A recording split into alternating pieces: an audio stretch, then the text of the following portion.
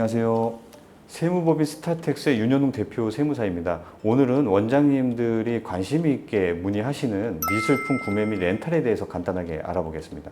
우선 구매를 살펴보면요, 법인세법에 우선 열거가 되어 있는데, 그 미술품 구매 시 한 점당, 한 작품당 1,000만 원까지는 경비 처리가 가능합니다. 그 1,000만 원을 초과할 경우에는 자산 등록은 가능한데 감가상각 대상 자산이 아니다 보니까 경비 처리가 안 돼요. 그래서 큰 의미가 없는 거죠. 만약에 접대 목적의 미술품 구입이라고 한다 그러면 한 점당 100만 원 이하의 경우에는 접대비 한도의 영향은 받지만 문화 접대비 항목으로서 경비 처리는 가능합니다. 근데 이게 대전제 조건이 뭐냐면 사업용으로 사용을 해야 되는 거예요. 예를 들어서 복도나 어떤 대기실 등에 전시를 해서 어떤 뭐 장식 효과가 있다, 뭐 환경 미화 효과가 있다, 업무 환경이 개선되었다, 이런 효과가 있다 그러면 경비 처리가 가능하다는 얘기입니다. 아예 뭐 집에 걸어놨다, 아니면 대표이사 실에만 걸어놨다, 이러면 경비 처리가 당연히 안 되겠죠. 이 소득세법에서 보면 개인 사업자죠.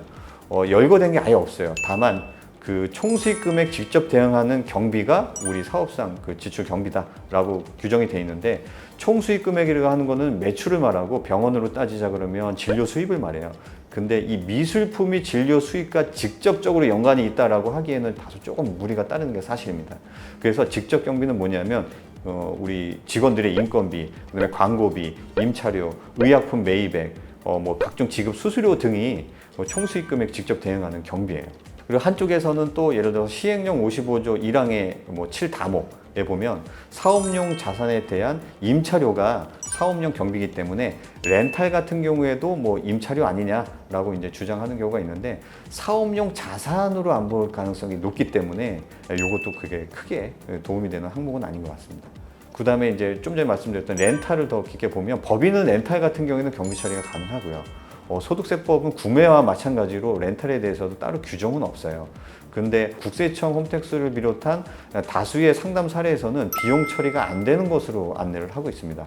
다만 소수 의견으로 치료 보조 수단으로서 우리 사회 통념상 타당한 금액이다, 이게 굉장히 모호하죠, 규정이.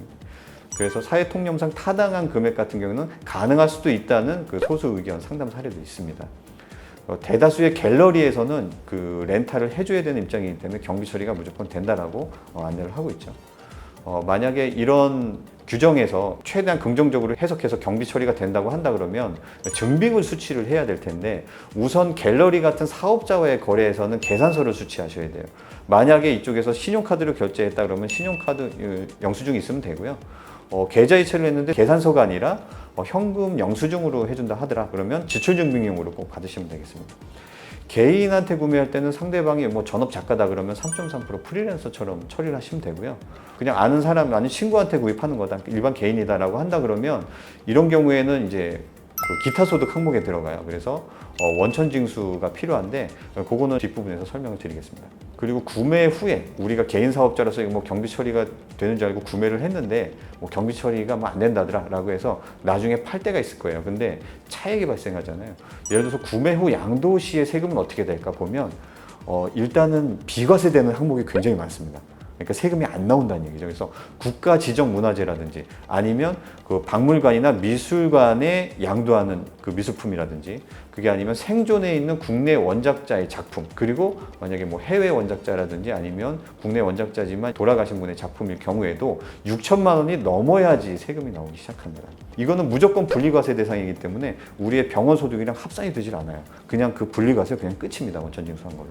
그래서 굉장히 우리가 미술품을 양도했을 때는 세금을 거의 납부할 가능성이 좀 적다, 이런 거예요. 그러다 보니까 아까 그 다수의 상담 사례에서도 개인 사업자는 경비 처리가 불가하다는 얘기가 뭐냐 하면, 내가 이거를 사업상으로 매입을 해서 또는 렌탈해서 경비 처리를 해주면 나중에 이 작품을 렌탈이 끝나면 이제 저가로 양수할 수 있는 그런 조건이 다 붙거든요, 미술품 보면.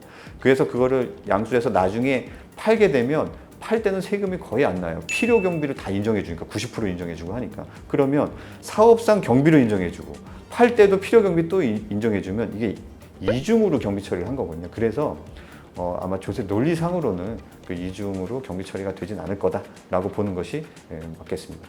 그래서 결론으로 보자면 아직까지는 명확한 해석이 부재예요.